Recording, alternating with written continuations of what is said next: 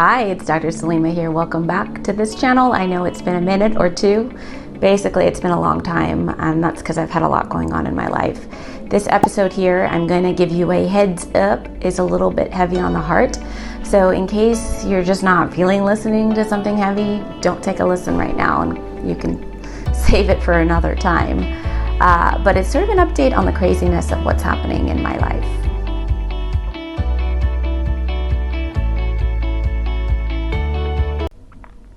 Okay, so life without being, crazy wouldn't be life. And our life right now is a little bit crazy. Where do I even start? I guess I'll start at the very beginning. So back in February, we found out that I was pregnant. It was a surprise, but we took it for what it was. I mean, we definitely have 4 wonderful children, so having one more was a blessing. But in the process, and this was back right before Super Bowl, and when we found out, I was having a lot of discomfort and stuff that just didn't feel like I did with all my other pregnancies.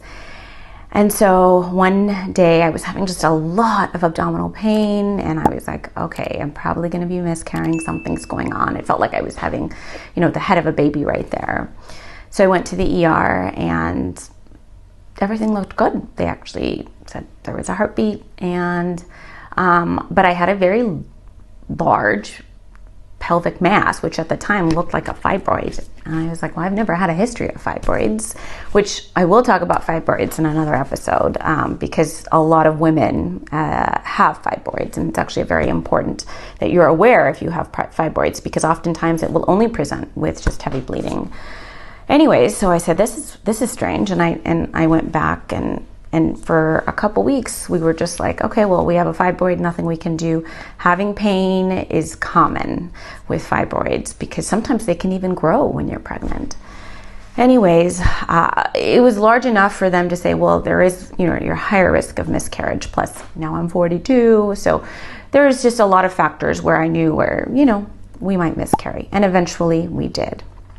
We miscarried, and then now I was like, okay, we got to deal with this large fibroid because it's still causing me pain, and had an MRI done very recently, expecting to find that it was just going to be a fibroid. And it doesn't, well, the MRI was very sort of inconclusive. And when they do MRIs, they will give contrast, and they'll look at the way things light up.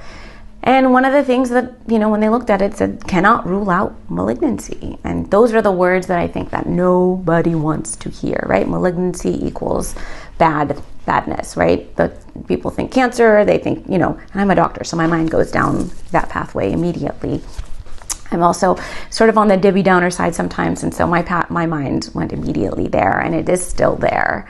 But everything else looked fine, like there's no lymph node involvement or anything like that. And so we are in this window of, getting consults, blood tests, etc. And eventually, very soon, we'll need surgery to basically take all of it out, which means in this case, for me, I think we're very happy with the family that we have and no intentional plans to grow it, and just going in and doing what they call a hysterectomy, which is taking out your uterus. So that's what's happening. And in the process, just trying to, deal with the fling of emotions from you're pregnant, oh my God, surprise, to you're miscarrying, to you have a mass or possibly fibroid, to possibly cancer. It's just a whole lot. But I know a lot of folks out there, I am, I guess, semi-religious, right? In the sense that I do believe in the power of prayer. So if you're listening, all prayers are welcome this way. I'll keep y'all updated, but we anticipate having surgery pretty soon in the next couple weeks. So that's what's happening in growing up Govani land. We also celebrated a few birthdays. Misha's birthday, my birthday. Misha has this funny thing, we call it Mo-Misha's birthday, Mamisha's birthday, because it's M-O-M-M-I-S-H-A. So that way we celebrate her birthday, and then she celebrates her birthday with me again. And that's it. I'll be back. I'm going to come back and, now that we know what we're dealing with and what's going on, keep you all updated. I think the easiest way is to do an episode, so just get it all in at once. And that's it. Till next week. I'll see you then. Bye.